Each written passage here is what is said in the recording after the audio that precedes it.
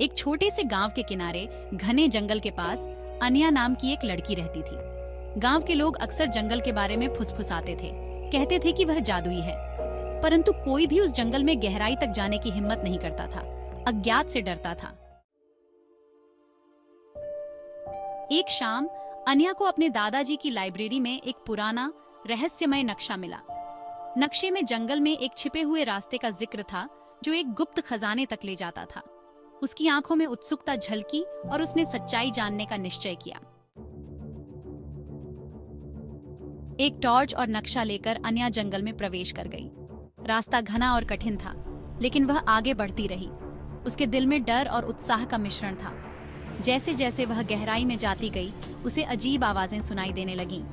फुसफुसाहट, पत्तियों की सरसराहट और दूर दूर से आने वाली आवाजें जो उसकी रीढ़ में सिहरन पैदा कर देती थीं।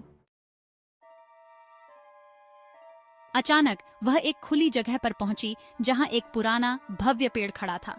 नक्शे के अनुसार खजाना पेड़ के आधार पर छिपा हुआ था। उसने खोदना शुरू किया और एक छोटा अलंकृत बक्सा पाया। उसके हाथ कांप रहे थे जब उसने बक्सा खोला, यह उम्मीद करते हुए कि अंदर सोना और रत्न होंगे। इसके बजाय बक्से में एक पुरानी पीली पांडुलिपि थी। अनिया ने पांडुलिपि को खोला और पढ़ना शुरू किया। सच्चा खजाना सोने या रत्नों में नहीं, बल्कि अपने डर का सामना करने के साहस और यात्रा की मूल्यवत्ता को समझने में है। उसी क्षण जंगल जैसे जीवंत हो उठा और पेड़ों के बीच एक कोमल हवा बहने लगी, जैसे उसकी बहादुरी की सराहना कर रही हो। अचानक अनिया ने देखा कि पेड़ की जड़ों के बीच कुछ चमक रहा है। उसने और खुदाई की और एक छोटा सुनहरा अखरोट पाया। जिज्ञासावश वह उसे गांव वापस ले आई। गांव वाले उसकी कहानी और सुनहरे अखरोट को देखकर हैरान रह गए।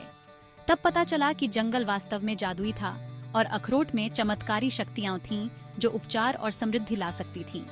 अनिया की बहादुरी ने न केवल खजाना खोज निकाला, बल्कि गांव में उम्मीद और एकता भी लाई। उस दिन से गांव वाले अब जंगल से नहीं डरते थे। उन्होंने उसका सम्मान और आदर किया, यह समझते हुए कि सच्चा खजाना अज्ञात की खोज करने के साहस और यात्रा से मिली बुद्धि में होता है।